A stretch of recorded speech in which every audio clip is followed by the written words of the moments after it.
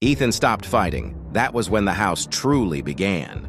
At 2:14 a.m., every mirror in the house reflected the same thing. Not the room, not the walls, but the upstairs window across the street. And in that window stood many silhouettes now. They weren't strangers anymore. They were familiar. Too familiar, the house learns. Ethan walked downstairs. The floor no longer creaked. The walls no longer felt cold. The house felt comfortable, as if it had finally adjusted to him. Family photos lined the hallway, photos that didn't exist yesterday. There was Ethan at age 5, Ethan at school, Ethan standing in front of the abandoned house. In every picture, someone stood just behind him, faces blurred, eyes missing. A whisper moved through the walls. "We remember you now." The replacement begins. Ethan looked out the window.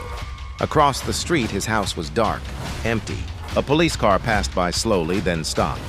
An officer stepped out and knocked on Ethan's front door. Ethan didn't answer. The door opened on its own. The officer looked inside and frowned. "This house is vacant," he said quietly into his radio.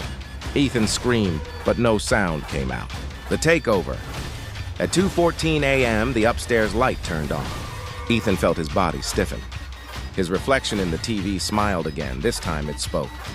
"Thank you for staying." The house shifted. Walls stretched, windows multiplied. Rooms stacked on top of each other like memories folded wrong. Ethan felt himself pulled backward, step by step, until his back touched glass. The upstairs window. He tried to turn around. He couldn't. Morning comes. The sun rose over Maple Street. Neighbors walked their dogs. Cars passed by. Everything was normal. A "For Rent" sign stood in front of the house across the street. In the upstairs window of the abandoned house, a young man stood quietly, smiling, watching, waiting. Because the house had learned something new. It didn't need to hunt anymore. It had learned how to take over.